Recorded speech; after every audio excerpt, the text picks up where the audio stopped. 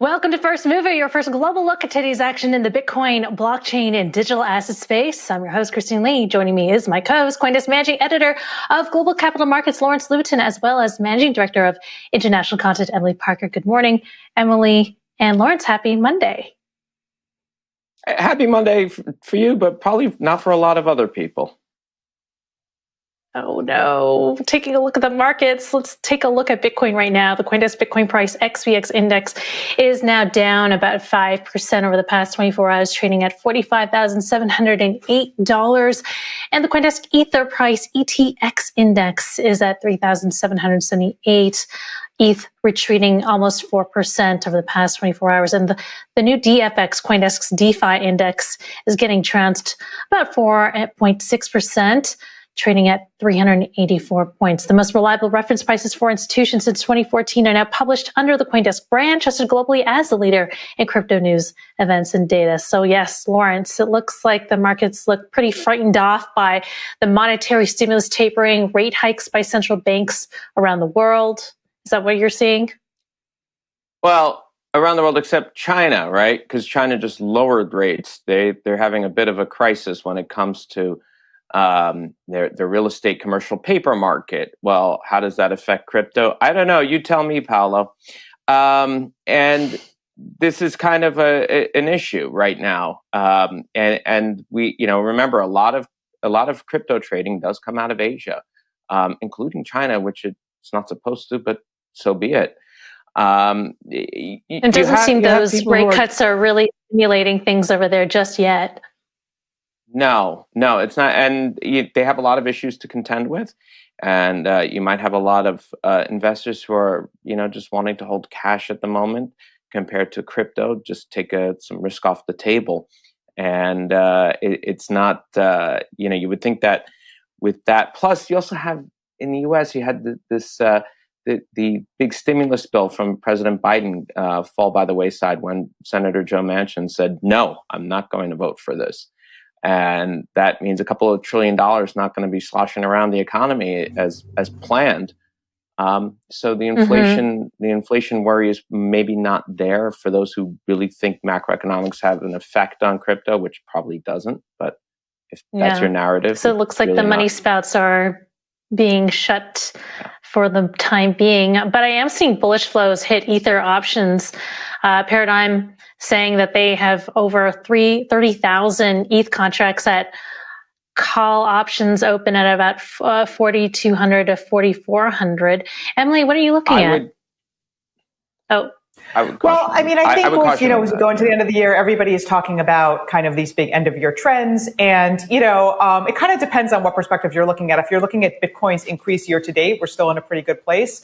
If you're looking at, was Bitcoin going to reach this aggressive price target of $100,000, then, maybe you're going to be disappointed. So I think it just depends on the time horizon that you're looking at right now. You want to add something, Lawrence? Yeah, I would caution on this whole thing about the ETH options is those open interests might, we'd have to know what direction they're in and what the actual position, if that's somebody who's, let's say, shorting those options all the way up there, to use that to finance, other positions, or maybe it could actually even be a bearish spread if it's depending on how it's structured. So I would urge caution when seeing those kind of data without any further investigation as to what the position of those traders are. All right, well, time for the CoinDesk Spotlight. The CoinDesk Spotlight is brought to you by Nexo, the place to earn on Bitcoin, Ethereum, and more. Congress's hearings on digital assets and stablecoins over the past 2 weeks have set the stage for creating a regulatory regime for crypto. It's unclear how things will proceed. Some lawmakers, like Senator Sherrod Brown, criticize crypto for high fees and rehashing our broken banking system. Meanwhile, others, like Senator Pat Toomey, point out that if the United States bans stablecoins, the world will continue to use them and innovate without the U.S. Joining us now to discuss is former CFTC chair, attorney, and author of CryptoDad, Chris Giancarlo. Welcome, Chris. Love the holiday ribbon in the background. Merry happy holidays. So your reaction to congressional hearings? Holiday cheer. That was such a somber opening, Christine, with Lawrence and Emily. Exactly. We need it. We've been seeing red candles. We want to see some red ribbons too. Yeah. So your reaction, Chris, to the congressional hearings on digital assets and stablecoins. Where do you stand after, these lengthy hearings? Well, we've had two now, and first in the House Financial Services Committee, and then last week in front of the Senate Banking Committee. And I'll tell you what I'm hearing, and what I'm starting to see revealed is really almost less than a political divide as much as it's a philosophical divide. And the way I would describe it is there's a philosophical divide ultimately as to who should control access to financial services, who should control access to credit allocation in a deep and sophisticated economy like ours. Somewhere in the middle is those perhaps clinging to the notion that our increasingly concentrated banking industry should remain the guardians of the financial system. And I think to the left of that is perhaps an emerging group that believes there should be increasingly greater political control over that. And then perhaps on the right, or certainly on the libertarian side of that, is the notion that this new innovation can in a more egalitarian way provide access and provide allocation of credit based upon these new protocols, this new Internet of Value that can do so in a way that perhaps is not tied to political influence, but is tied to neutral algorithms and a more of a neutral protocol-based system. And so I think you've really got, I talk about in my book, The Fight for the Future of Money. I think you've got these forces arrayed between sort of embracers of the legacy financial system, which is increasingly concentrated in a few Wall Street banks. You've got those that would perhaps move it more toward political control of that process, which you saw the recent Biden pick for the officer of the controller of the currency. And then I think you've got this new emerging wave, this Internet of Value that seeks to break free of those political and large cap controls toward more of an egalitarian system based upon technology and protocols. We have this this push, of course, to regulate asset-based stablecoins.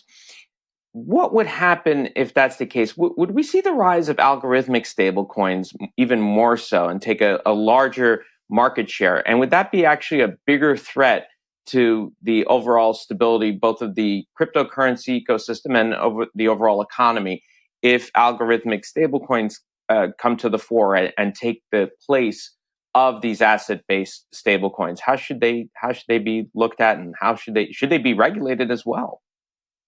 Well, that's fascinating, Lawrence, because I think at that hearing and at last week's hearing, sometimes you heard confusion in those that talked about the threats of this new system, confusion between whether it was a threat to the economy or whether it was a threat simply to the legacy financial structure. Let's not confuse one and the other. All new innovations threaten the old guard. Whether that actually arises to a threat to the national economy and to the global economy is a second question. And a lot of times I heard discussion of the threats of this innovation, but they really seem to be threats to the status quo. 25 years ago, when the first wave of the internet came about, that was greeted with an official Washington response that was first do no harm. Now, what I'm hearing in some cases is a policy response that seems to be saying first protect the status quo. That's very much how I read the recent President's Working Group, the PWG report on stablecoins. It pointed out a lot of the risks of this, but its response was, in order to prevent that, we need to defend the status quo. And I think that's a bit of a disappointing response, because just as, yes, this technology will disrupt a good portion of the status quo, it could bring with it a much more open financial system at lower cost, at greater speed, and most importantly, with greater financial inclusion. And so I think we need to be more open-minded in line with our traditional American open-mindedness to technological innovation that's gotten us through the last several decades in such a spectacular fashion. I guess my question, though, is to the point that if we do get around to regulating asset-based stablecoins, such as USDC and Tether and the likes, that the market might shift to these algorithmic stablecoins, which potentially those have a different structure to them. And my question is that necessarily, is that going to be more, let's say, volatile for the overall cryptocurrency market if we switch from these asset-based stablecoins to the likes of the algorithmic stablecoins? And does that mean that there needs to be a different type of regulation for the algorithmic stablecoins in that case? Or do we just say, you know what, we'll just focus on the asset-based stablecoins, make sure that their assets are whatever they say it is, and get some disclosure on there, and leave those algorithmics alone to explode or prosper or implode, depending on how the market takes it? Yeah, volatility is something that in my work in the commodity futures markets, we know very, very well. And deep and liquid markets are able to deal with volatility very well. In fact, one of the knocks on Bitcoin is its volatility.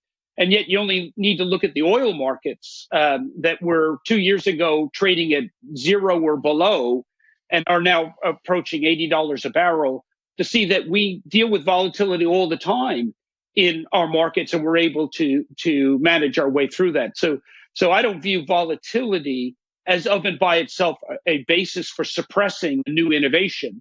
What we need to do is build deep, liquid markets, well-regulated markets around that volatility, and we can work with it. Certainly, there's a lot to commend this innovation, but yet volatility, in fact, volatility in a lot of new asset classes is more often the norm than otherwise, and yet our markets can deal with that. Chris, nice to see you. Congratulations on your book. It's really, really exciting. Thank you, Emily. It's good to see you again.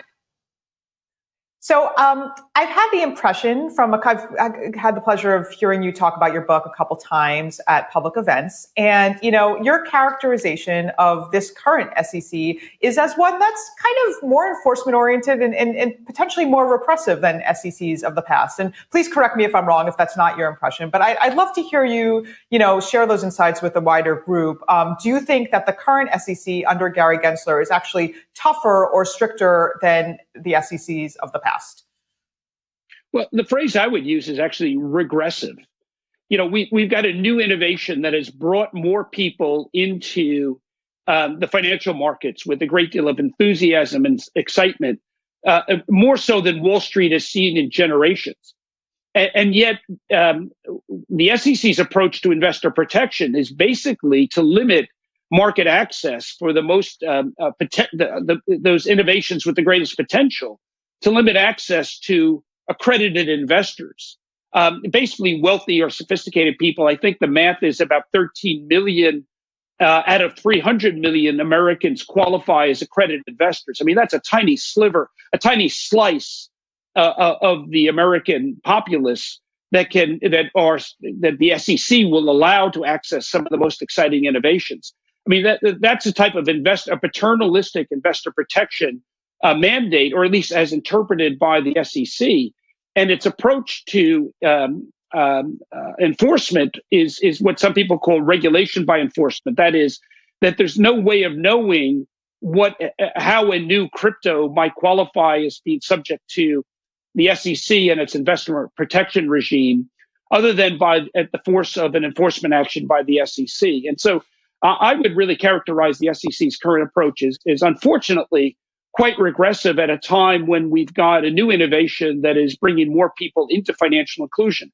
And so in my book, I do recognize there is a need for investor protection. In fact, we were strong on that ourselves at the CFTC.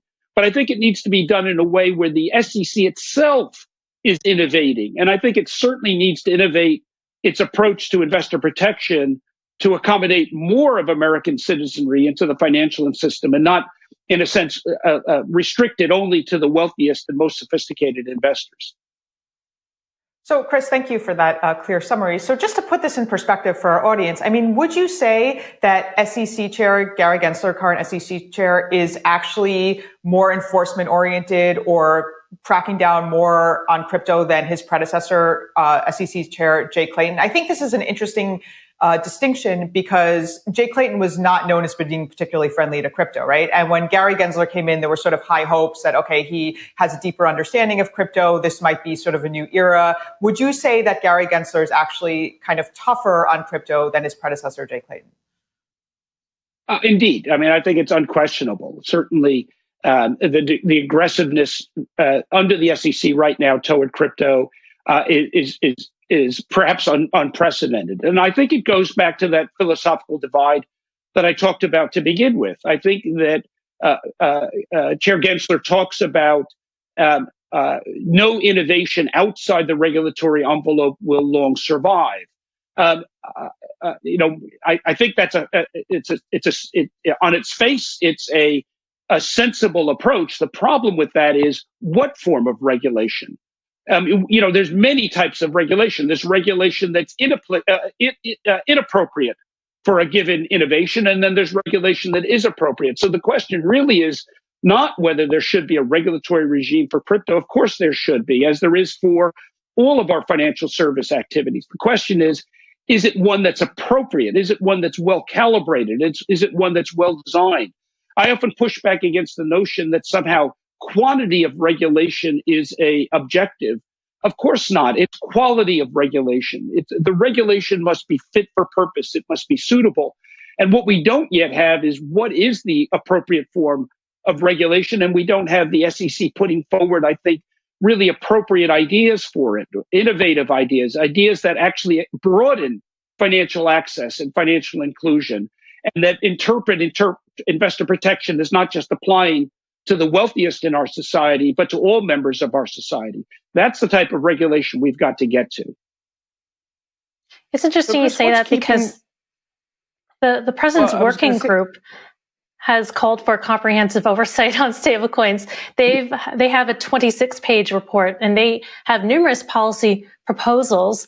Among them, they recommend that stablecoin issuers be insured depository institutions. And so, from what I'm understanding, that you would probably consider this a little more strict than it needs to be. And so, where does the, I guess, counter argument to that come from? In terms of creating a very comprehensive report with policy guidelines from a position that wants innovation to flourish? Well, look, the legacy banking system hasn't crowned itself in glory in terms of broadening financial access here in America or around the world.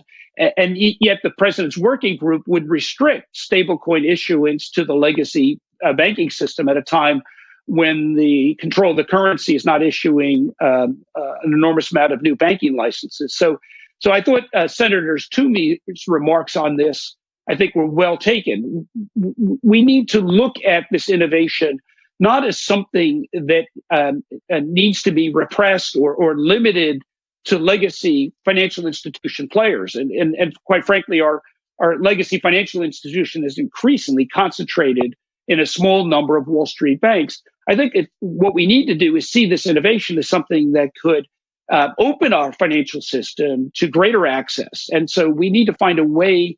And I think the President's Working Group well identified the concerns of stablecoins. I'm not discounting that. And I think my predecessor at the CFTC, Tim Massad, in a recent Brookings Institution piece, did a very good job of identifying those concerns. But at the same time, to Tim Massad's credit, he identified the opportunities as well.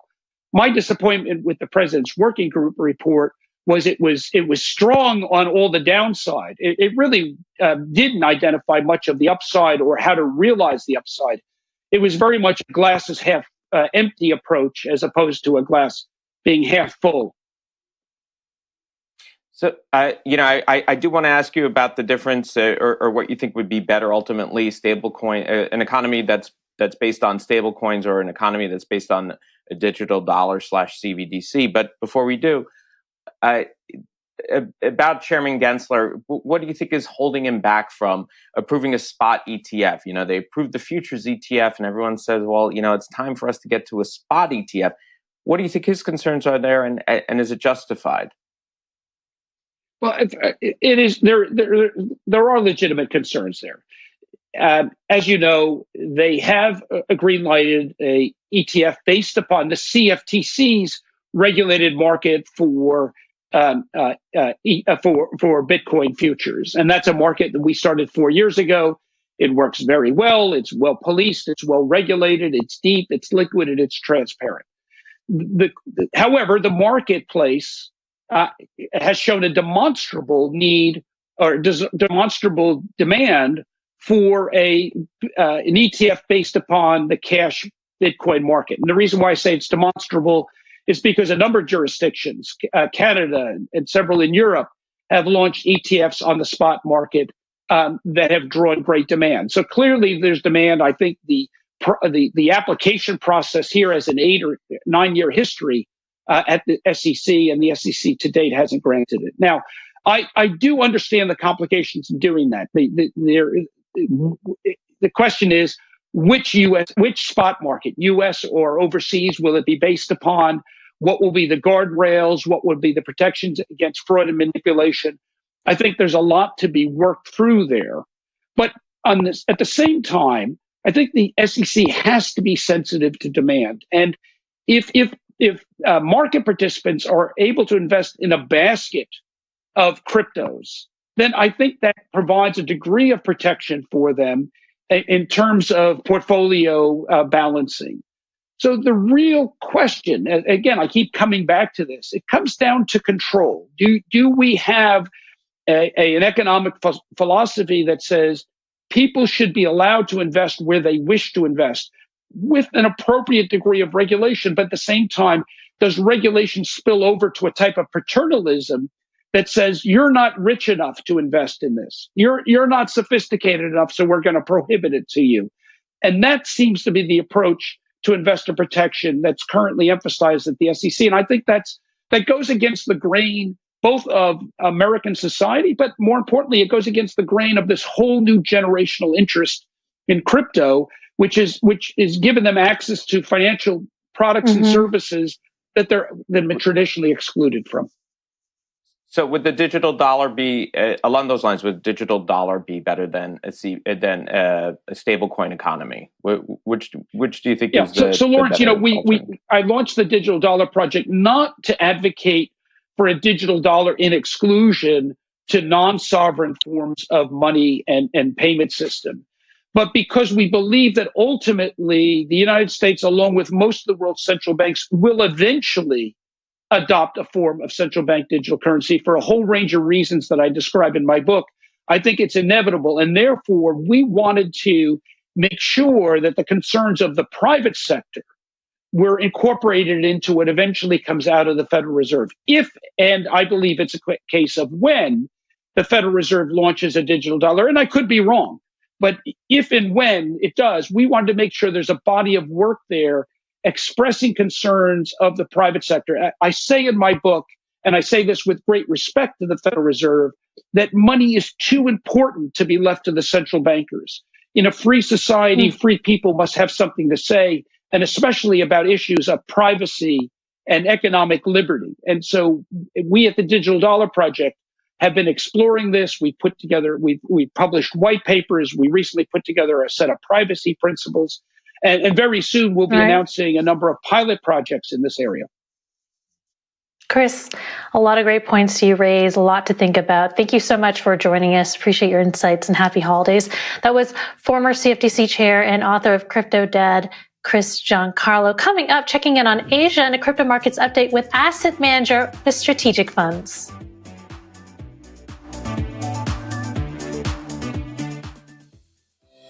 Hi, I'm Michael Casey, Chief Content Officer and co-host of Money Reimagined. You're watching CoinDesk TV.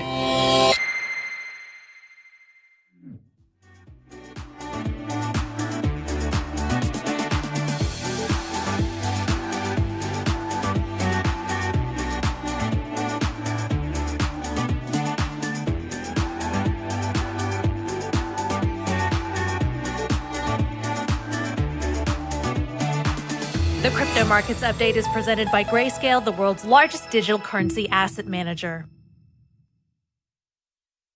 All right, checking in on Bitcoin. The Coindesk Bitcoin price XVX index is trading at $45,698. Bitcoin is down about 3.4% over the past 24 hours. The Coindesk Ether price ETX index trading below $4,000 right now, down about 3.8%. And the DFX, Coindesk's DeFi index, is at 381 points, also retreating over 5%. Joining us now to discuss the crypto markets is Marc Lopresti, co-managing director and board member at the Strategic Funds. Welcome, Marc. So we see Bitcoin in retreat as well as the rest of the crypto market. Doesn't seem like there is any hope for a Santa Claus rally. Is it just frightful sentiment out there because of the tapering and central banks, some of them raising rate hikes?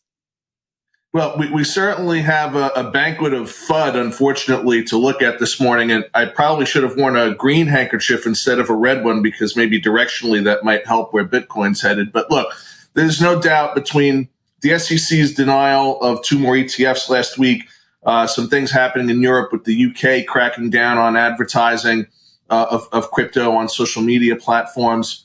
But there's no doubt that Bitcoin and the crypto markets in general have shown a pretty high degree of correlation to the broader markets in the past couple of months. And I think when you have Omicron fears putting pressure on the broader markets, interest rate and inflation concerns, China taking the opposite direction, as Lawrence pointed out earlier, which is a very interesting point unto itself. And at the end of the day, we have to bear in mind, we still have Bitcoin up 60% and change on the year, Ether hundreds, 400% and change on the year. There's definitely some profit taking and some risk off. But if you look at the technicals, which we can get into, it doesn't look very good between now and January. You know, Mark, about the profit taking, you would think that institutions would want to jump into crypto to show it on their books at the end of the year so that, a form of window dressing. And that was kind of a potential narrative, if you will. The counter to that, of course, was this idea of profit taking and trying to get some tax losses involved. So which is it? Has it ultimately been that narrative you think has won out, that this idea that they're taking profits and maybe the institutions just aren't there as big as we thought they would be at the end of the year? Is that, how would you take it?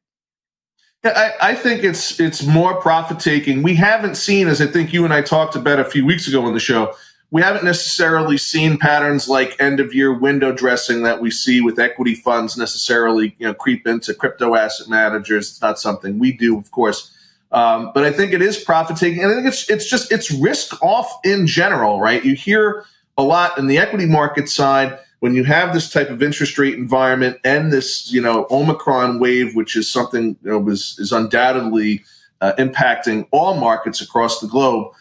There's just not a desire to have risk on right now. And when you're up as much as you have been, if you've been in Bitcoin or Ethereum since the beginning of the year, you're not happy about what's happened since the beginning of December, but you have to be pretty happy about how your investments performed through the course of the past 11 3/4 months.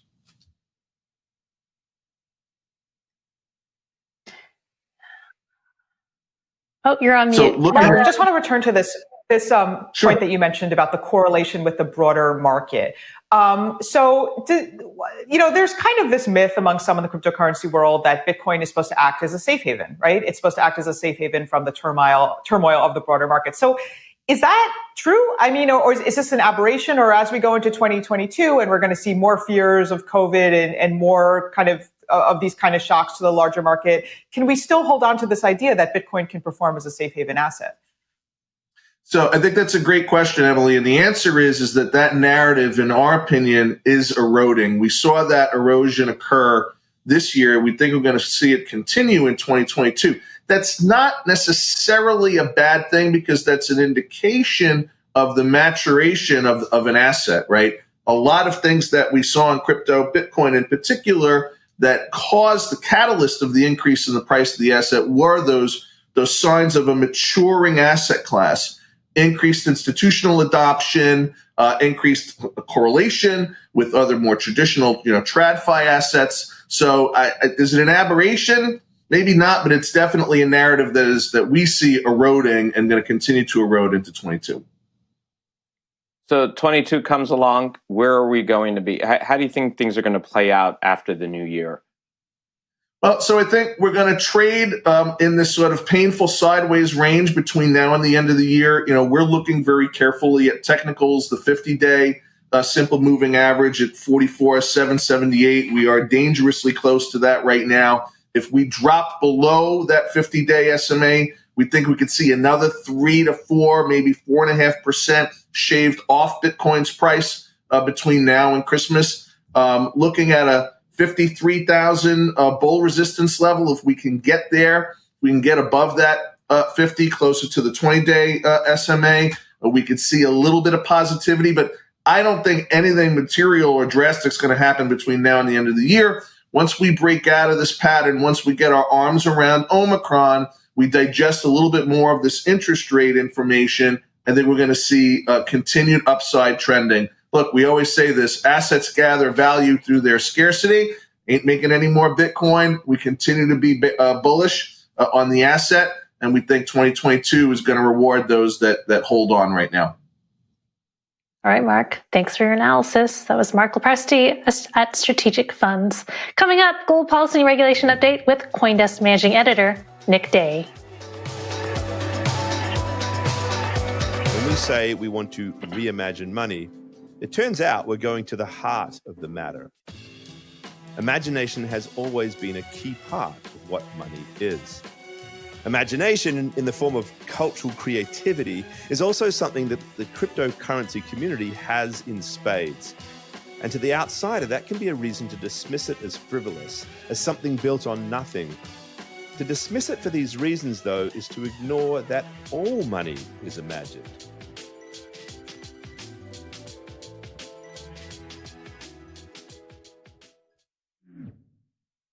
Welcome back. Time to check in with CoinDesk Global Policy and Regulation Managing Editor Nick Day, who is also the editor of CoinDesk's The State of Crypto newsletter. Good morning, Nick. So over the weekend, we saw a $2 trillion bill, the Build Back Better Act, shot down by Democratic Congressman Joe Manchin. Tell us what happened, the significance of that. Good morning. Yeah, so Senator Joe Manchin announced over the weekend that he would not vote to support the Build Back Better Act. And the main reason we care is because there are a couple crypto tax provisions within that particular bill. And these are not controversial provisions. They're fairly straightforward. One, attempts to close wash trading loopholes for digital asset trading. And the rest are kind of similarly things that the industry, sees as if not necessary, at least not harmful to the industry, unlike the tax provision in the bipartisan infrastructure law that was passed last month. And still, despite that, Senate Majority Leader Senator Chuck Schumer, announced this morning that they will still hold a vote on this. So we might actually still see, whether or not the Senate actually does vote or how it votes on this bill within the next couple of weeks. Yeah, Nick, if they do kill it, though, or we get the expected 51-49 vote on it, does that mean it's completely dead? I mean, here we are coming into Omicron scare, if you will. Is there going to be an impetus to get something passed, or is the fact that the Fed is saying, hey, there's already too much stimulus going on, we're going to have to taper the bond buying program? Is that going to send a signal, at least to Congress, that maybe this whole stimulus was a little too far? I don't think that the Congress is going to be really looking at that part, at least. In today's statement, Senator Schumer said that they're going to vote until they get it done. So whether that means there's going to be multiple votes until, Senator Manchin caves, or whether they're going to continue negotiations to try and address his concerns, I think that's probably what we have to wait and look for. But I think whatever they're going to do, they will do independently of whatever the Fed's doing in terms of its own actions. All right. Nick, thanks for the update. That was CoinDesk Managing Editor of Global Policy and Regulation, Nick Day. That's it for First Mover. Coming up tomorrow, we've got special guests, the co-creator of Dogecoin, Billy Marcus, as well as internet entrepreneur Gary Vee. Thank you, Emily Parker and Lawrence Luton. I'm your host, Christine Lee. I'll be back live at 3 p.m. with All About Bitcoin. Coming up at noon, it's The Hash. You're watching CoinDesk TV.